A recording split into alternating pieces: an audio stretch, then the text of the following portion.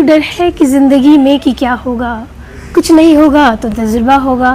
नमस्कार, मैं हूँ निकिता भारती और आज रविवार के दिन मैं फील्ड नंबर शाखा में स्थित उड़ान एकेडमी के कैंपस में हूँ। आज यहाँ 9th और 10th की एग्ज़ामिनेशन कंडक्ट करवाई जा रही है। तो चलिए अब हम यहाँ के बच्चों और यहाँ के डायरेक्टर से जानेंगे कि यहाँ का एग्ज़ाम पैटर्न क्या है, कैसे एग्ज़ाम होते हैं और क्या क्या चीज़ें और अन्य गतिविधियाँ क्या है। तो चलिए सबसे पहले यहाँ के बच्चों से जानते हैं और इस संस्थान से जुड़ी कुछ अन्य जानकारियाँ भी प्राप्त करेंगे। अब देख सकते हैं यहाँ बच्चों के साइकिल वगैरह लगे हुए हैं और यहाँ पे क्लासरूम है।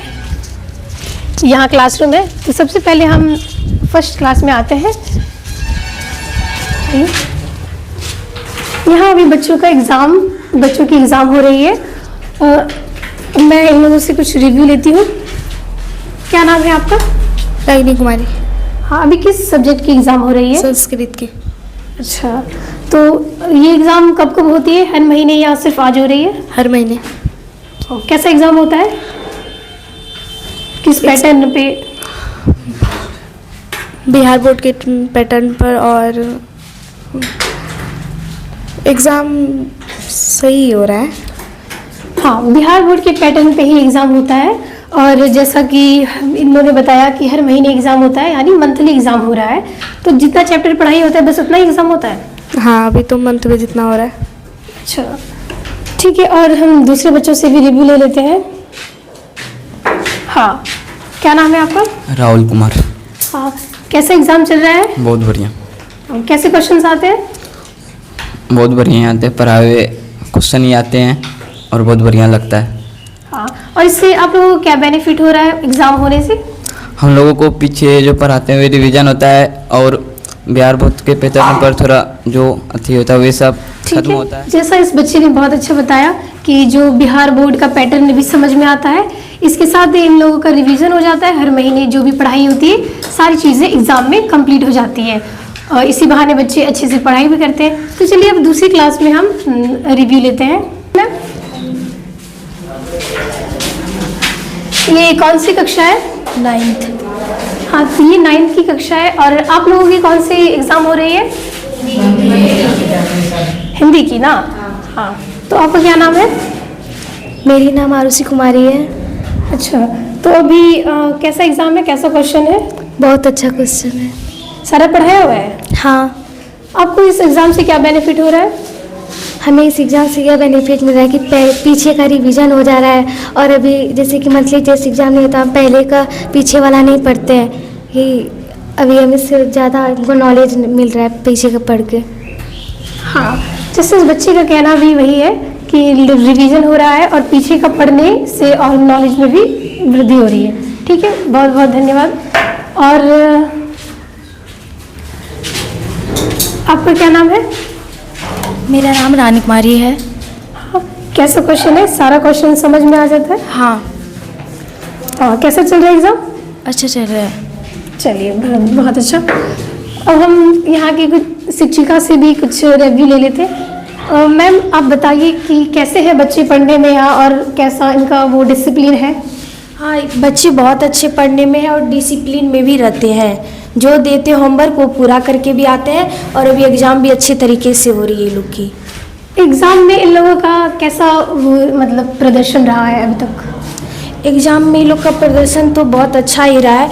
मतलब बच्चे पे डिपेंड करता है। जो रिवीजन करके आता है वो तो अच्छे से लिखता है, जो नहीं करके आता है तो उसका थोड़ा सा डाउन रहता है। हाँ, सही बात है। जो बच्चे रिवीजन करके आएंगे उनका एग्ज़ाम अच्छा जाएगा और वो अच्छा प्रदर्शन ही करेंगे और जो नहीं पढ़ेंगे वो पीछे ही रह जाएंगे। तो एग्ज़ाम लेने के पीछे आपका क्या पर्पस है? मतलब कैसे बच्चों को आप प्रमोट करती हैं एग्ज़ाम की तरफ?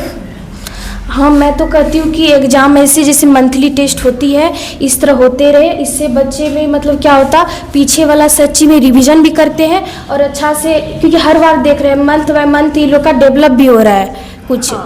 बिल्कुल। चलिए, बहुत बहुत धन्यवाद मैम। आप सभी का भी बहुत बहुत धन्यवाद। अब दूसरी क्लास में चलते हैं। कौन सी कक्षा है? ये क्लास 9th और 10th दोनों बैठे हुए हैं। अच्छा, ये 9th और 10th दोनों की एग्ज़ाम हो रही है। सर, किस सब्जेक्ट की एग्ज़ाम यहाँ हो रही है? अभी 9th के लिए हिंदी है और 10th के लिए संस्कृत है। अच्छा, बिल्कुल। अब हम बच्चों से पूछ लेते हैं कुछ। क्या नाम है? मेरा नाम प्रियांशु कुमार है, मैं कक्षा 9वीं का छात्र हूँ। अच्छा, तो अभी आप किस क्लास 9 में है? आपकी हिंदी की एग्ज़ाम हो रही है। कैसा एग्ज़ाम है? एग्ज़ाम तो बढ़िया जा रहा है। चलिए, क्या बेनिफिट हो रहा है एग्ज़ाम से आपको? एग्ज़ाम से रिवीजन करने में याद होता है, हर महीना हर सब्जेक्ट का याद हो जाता है, रिवीजन हो जाता है। हाँ बिल्कुल, कि एग्ज़ाम का मेन पर्पस यही है कि अच्छे से रिवीजन हो जाता है बच्चों का, और एक कॉन्फिडेंस भी आता है ताकि वो एग्ज़ाम में, मतलब बोर्ड एग्ज़ाम में अच्छे से लिख पाए। बहुत अच्छा। और आपका क्या नाम है? मेरा नाम सुजाता कुमारी है, मैं क्लास 10th की छात्रा हूँ। आपकी संस्कृत की एग्ज़ाम हो रही है। हाँ, कैसा एग्ज़ाम चल रहा है आपका? बहुत अच्छा एग्जाम चल रहा है। ऐसा तो नहीं है कि कुछ पढ़ाते कुछ और है और एग्ज़ाम कुछ और का ले लेते हैं? नहीं, वैसा नहीं है। कैसा एग्ज़ाम आ रहा है, मतलब जो पढ़ाया है बस वही आता है? हाँ, वही आ रहा है। चलिए, अच्छा है। सर, आपसे भी कुछ जानना है, कैसे बच्चे का क्या रिस्पांस है, एग्ज़ाम में कैसा प्रदर्शन रह रहा है उन लोगों का? स्टूडेंट बहुत अच्छा लिख रहे हैं, प्रेफरेंस भी बढ़िया है। और सबसे पहले मैं बताना चाहूँगा, इस उड़ान एकेडमी में आपका बहुत बहुत धन्यवाद। मेरा नाम अनिल कुमार यादव, और इधर से कहने का मीनिंग यह है कि मार्च से मैथमेटिक्स पढ़ाने का मौका मिला 9th और 10th में। जी सर। इस उड़ान में सबसे बड़ी खासियत यह है कि रिवीजन, जो आप बता रहे थे, रिवीजन का सबसे महत्वपूर्ण ये है कि रिवीजन से होता क्या है, इन लोग का लिखने का जो यानी होता हाथ में जो दर्द होता, नहीं कहता कि हम थक जाते हैं, तो ऐसा यहाँ बताया जा रहा है कि लिखने का जो इन लोग का हैबिट है, हाँ वो 10 पेज 20 पेज 30 पेज 40 पेज ये लोग लिखता है, तो कहीं कोई मैंने कोई इशू नहीं है, कोई किंतु परंतु नहीं है। अच्छा, और हाँ पूछिए। सर यहाँ पे 10-20 पेज की एग्ज़ाम होती है क्या? क्या मतलब? तो रिवीजन के बारे में जो आपने बताया कि 10 पेज 20 पेज रिवीजन होता है, तो वो क्या चीज़ है, मतलब एग्ज़ाम 10 पेज 20 पेज की होती है? 10-20 पेज वो रिवीजन, मतलब जो हम बोले रिवीजन, वो डेली का जो है रिपोर्ट, डेली अच्छा, वो और homework सब्जेक्ट दिया अलग अलग, जाता है। हाँ अलग अलग। एग्जाम तो जिस हिसाब से जैसा पूछा जा रहा है वैसा लिखते हैं। रिवीजन मैंने ये एग्जाम के बारे में नहीं बताया, वो डेली का, ये लोग जो डेली कराते हैं रिवीजन, वो अलग चीज़। अच्छा सर, बहुत बहुत धन्यवाद सर। अच्छा लगा ये जान के कि यहाँ रिवीजन दिया जाता है करने 10 से 20 पेज, जिससे बच्चे डेली लिखते हैं और उनकी राइटिंग भी बढ़ती है, इसके साथ उनका पीछे का सारा रिवीजन भी हो जाता है, जो कि एग्ज़ाम में बहुत ही बेनिफिट देता है लोगों को। ठीक है सर, बहुत बहुत धन्यवाद। चलिए यहाँ के डायरेक्टर से भी कुछ जानकारी ले लें। यहाँ आप देख सकते हैं ये उड़ान एकेडमी का दूसरा कैंपस है। पहला कैंपस आगे है, यहाँ पे बहुत सारे पेड़ पौधे लगे हुए हैं, बहुत सारे फूलों के भी पौधे लगे हुए हैं और बहुत अच्छा शांत गार्डन है।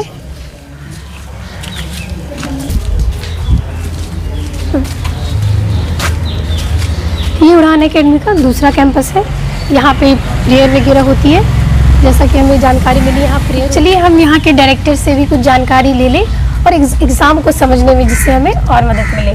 तो आइए, मैं आई कम इन सर। सर नमस्कार। नमस्कार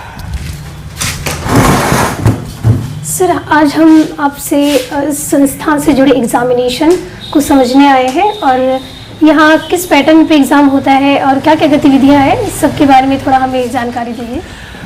सबसे पहले तो उड़ान एकेडमी की ओर से मैं आप तमाम दर्शकों को धन्यवाद देता हूं कि आप इस वीडियो में अब तक बने हुए हैं।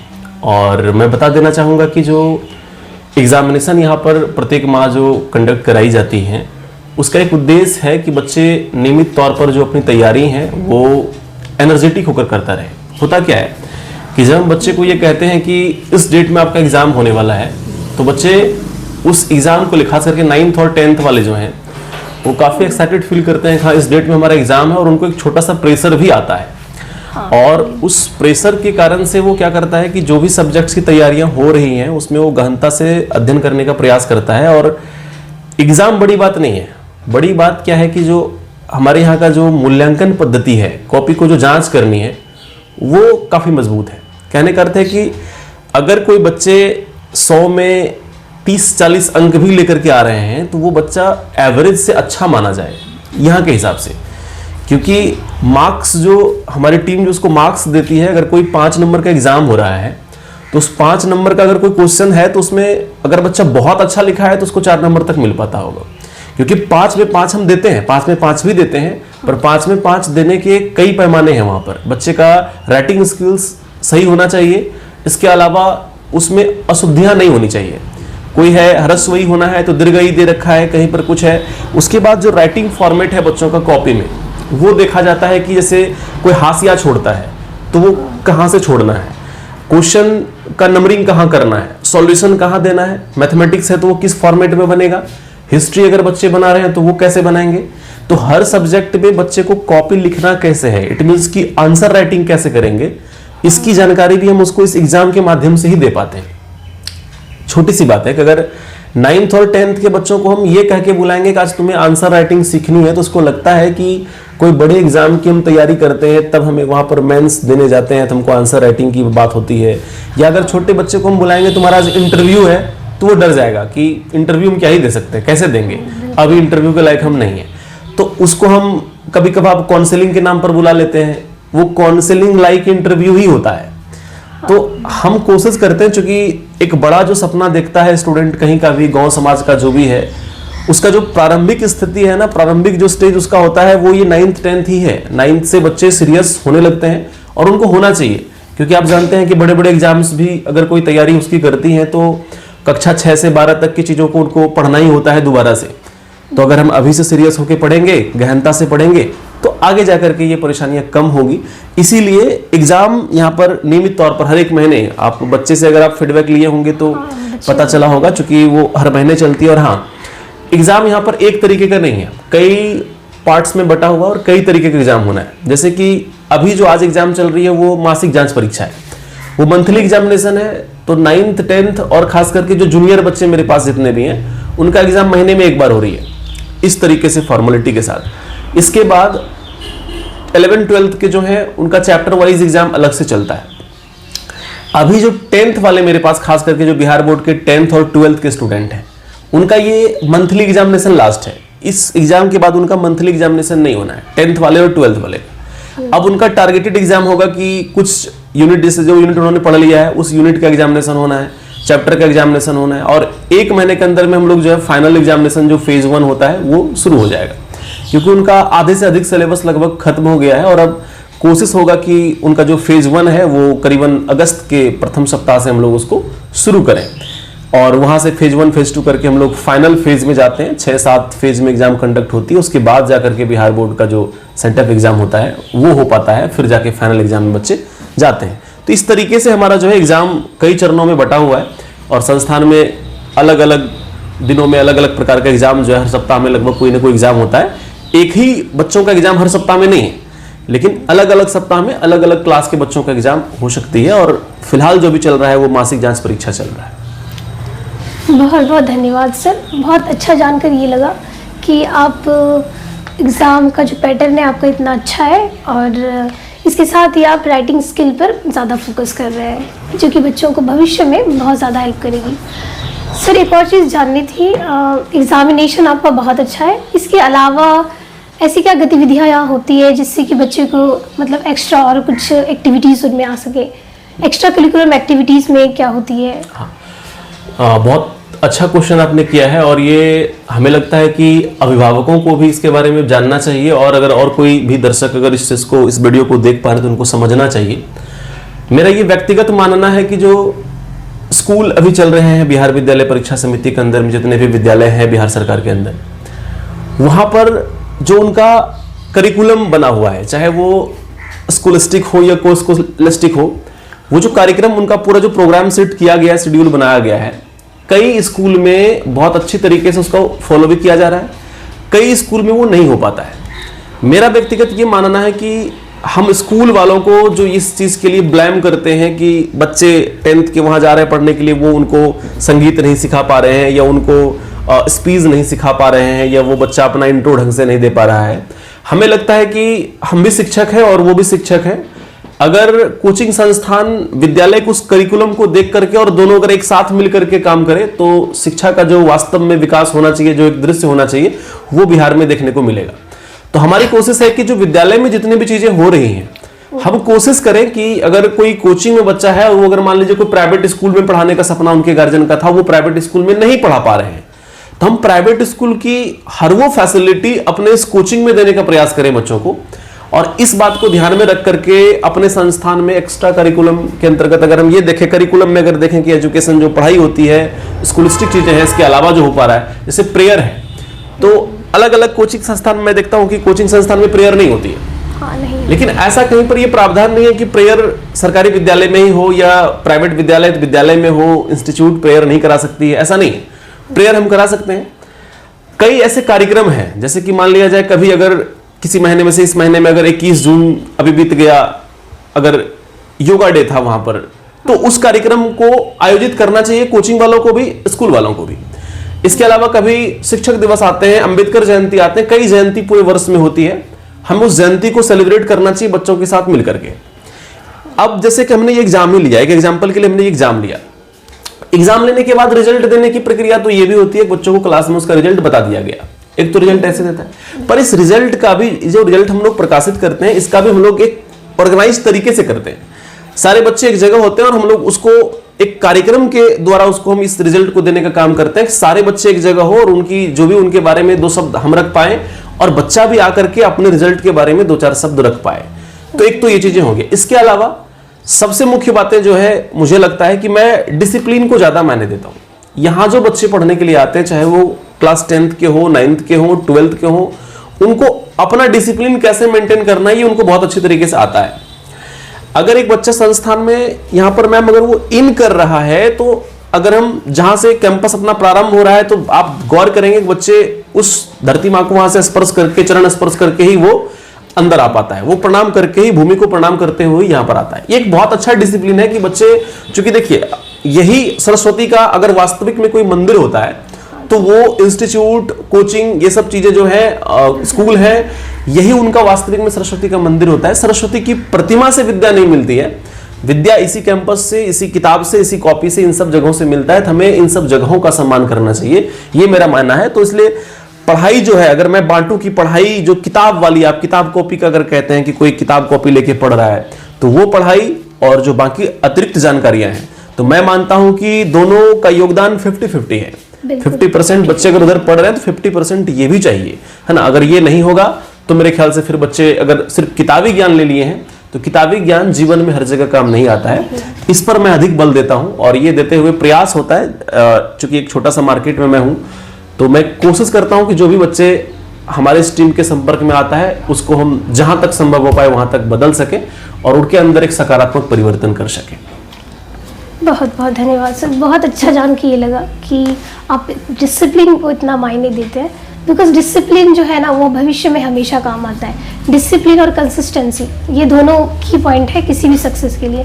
और आपने जैसा बताया कि एक्स्ट्रा करिकुलर एक्टिविटीज़ में आप प्रोग्राम वगैरह करवाते हैं, ये बहुत अच्छी चीज़ है और इससे बच्चे का मानसिक विकास बहुत ज़्यादा होता है, जो हमें बोलने की स्किल डेवलप करता है और बहुत सारी चीज़ें। तो बहुत अच्छा जान के लगा सर। आपके संस्था का फीस स्ट्रक्चर क्या है, थोड़ा आप बता दीजिए। क्लास 9th और 10th स्ट्रक्चर देखिए, अब क्या होता है कि फीस स्ट्रक्चर पर कई प्रश्न आते हैं कभी कभार। कुछ बच्चे को कभी फी ज्यादा भी लगता है, किसी को फी कम भी लगता है, डिपेंड करता है कि वो किस तरीके से फी को जज कर रहा है। अभी जो नॉर्मली फी है वो 9th क्लास का हमारे यहाँ 300 फी है, यानी 300 रुपये पर महीना उनको पड़ता है। 10th क्लास का फी स्ट्रक्चर अपने यहाँ अभी 500 रुपये पर महीना है। बाकी इंटरमीडिएट का जो फी है वो सब्जेक्ट के अकॉर्डिंग होता है, लगभग 5000 रुपये पर सब्जेक्ट उनका फी पड़ता है। करीबन उनको 2 वर्ष की तैयारी करने में 25 से 30,000 रुपये का खर्च मेरे संस्थान में उनको पड़ जाता है और उनमें सारा चीज इंक्लूड है। एग्जामिनेशंस जितने भी आप देख रहे हैं, जो भी चीजें, इसके लिए कोई अतिरिक्त चार्ज नहीं किया जाता है, सारा चीज उसमें ही एडेड है पहले से। और उन सबको मिला करके, जैसे एग्जाम होना है या कोई कार्यक्रम होना है या नॉर्मली जो बच्चों को कोई प्राइज देना हो या जो भी चीजें हैं, वो सब उसमें शामिल है। और उस तरीके से कंटेंट वगैरह जो बच्चों को प्रोवाइड होना है, खास करके सॉफ्ट कॉपी जितनी भी हैं, वो सब उसमें से ही ऐड है पहले से। वो करके टोटल पेमेंट में बता रहा हूँ कि लगभग उनको 25 से 26,000 रुपया जो है फीस के रूप में उनको देना पड़ता है।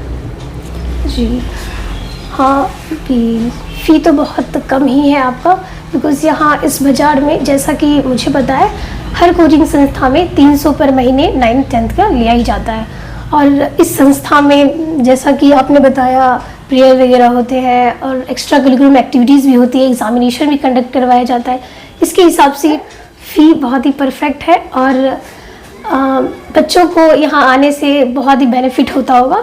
बच्चों से मिलने के बाद भी मुझे ऐसा लगा, उन्होंने भी सारी चीज़ें बताई कि एग्ज़ाम हर महीने होता है, सारी चीज़ें बहुत ही अच्छी चल रही है।